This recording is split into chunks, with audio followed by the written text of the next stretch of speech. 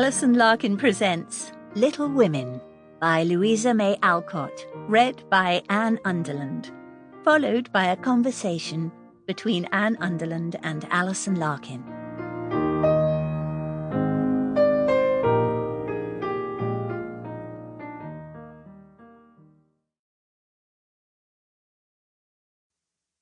Chapter 1.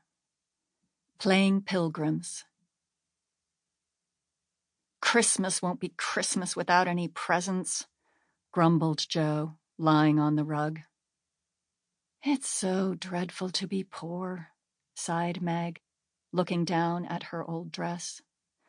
"I don't think it's fair for some girls to have plenty of pretty things, and other girls nothing at all," added little Amy, with an injured sniff. "We've got father and mother and each other," said Beth contentedly from her corner. The four young faces on which the firelight shone brightened at the cheerful words, but darkened again as Joe said sadly, "We haven't got father, and shall not have him for a long time." She didn't say, "perhaps never," but each silently added it, thinking of father far away where the fighting was. Nobody spoke for a minute. Then Meg said, in an altered tone, "You know the reason Mother proposed not having any presents this Christmas was because it was going to be a hard winter for everyone, and she thinks we ought not to spend money for pleasure when our men are suffering so in the army. We can't do much, but we can make our little sacrifices, and ought to do it gladly. But I am afraid I don't." And Meg shook her head as she thought regretfully of all the pretty things she wanted. "But I don't think the little we should spend would do any good. We've each got $1, and the army wouldn't be much helped by our giving that. I agree not to expect anything from Mother or you, but I do want to buy Undine and Sintran for myself. I've wanted it so long," said Joe, who was a bookworm. "I plan to spend mine in new music," said Beth, with a little sigh, which no one heard but the hearth-brush and kettle-holder. "I shall get a nice box of Faber's drawing pencils. I really need them," said Amy decidedly. "Mother didn't say anything about our money, and she won't wish us to give up everything. Let's each buy what we want and have a little fun. I'm sure we work hard enough to earn it," cried Joe, examining the heels of her shoes in a gentlemanly manner.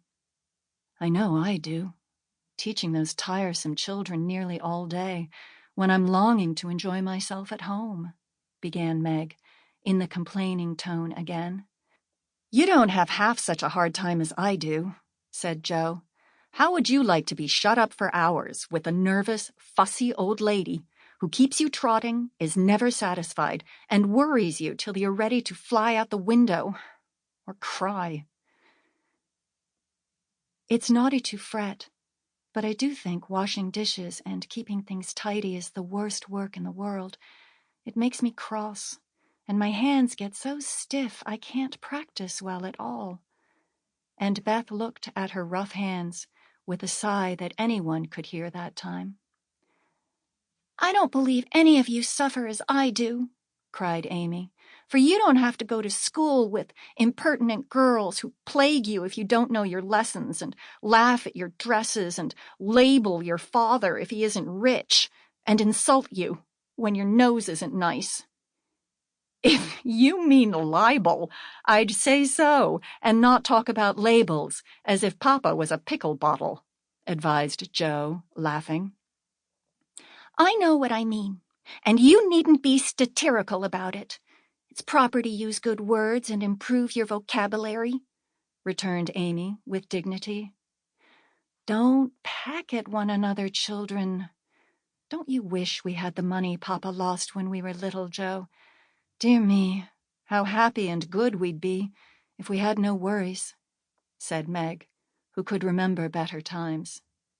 "You said the other day you thought we were a deal happy." Sample complete. Ready to continue?